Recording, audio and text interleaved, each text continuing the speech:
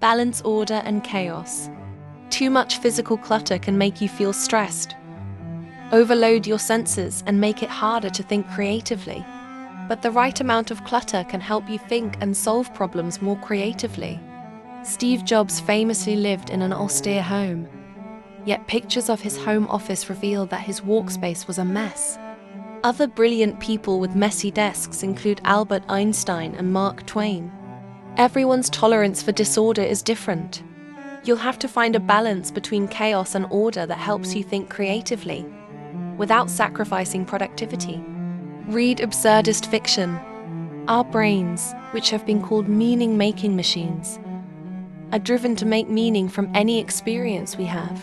When you experience absurdity, which can be described as a meaning threat, your brain is stimulated, delivering a creativity boost. One predictable way to experience ideas that your brain has trouble making sense of comes through reading absurdist fiction. This kind of fictional narrative presents characters in situations where they are unable to find meaning or purpose in life. Good absurdist fiction should make you question existing concepts, truths, and values.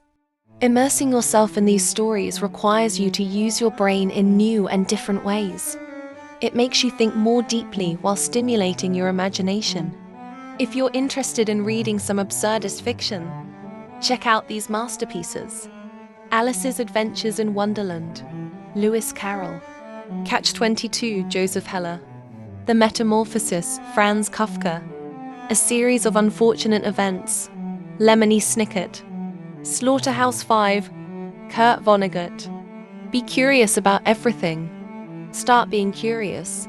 When you discover new things, learn interesting facts, and investigate the world, you spark your creativity and enlarge your imagination.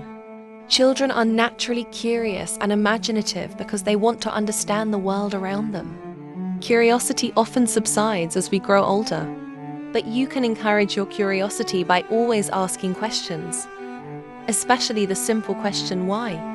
This simple question can spark amazing ideas. We tend to think of creativity as the ability to paint a stunning picture, write a best-selling book, design a beautiful building, or compose moving music, and that you are either born creative or not. But these ideas are myths.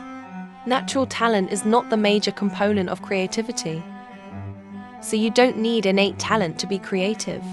Most creative people will admit that their creativity is 10% talent and 90% hard work, the practicing and polishing of their skills.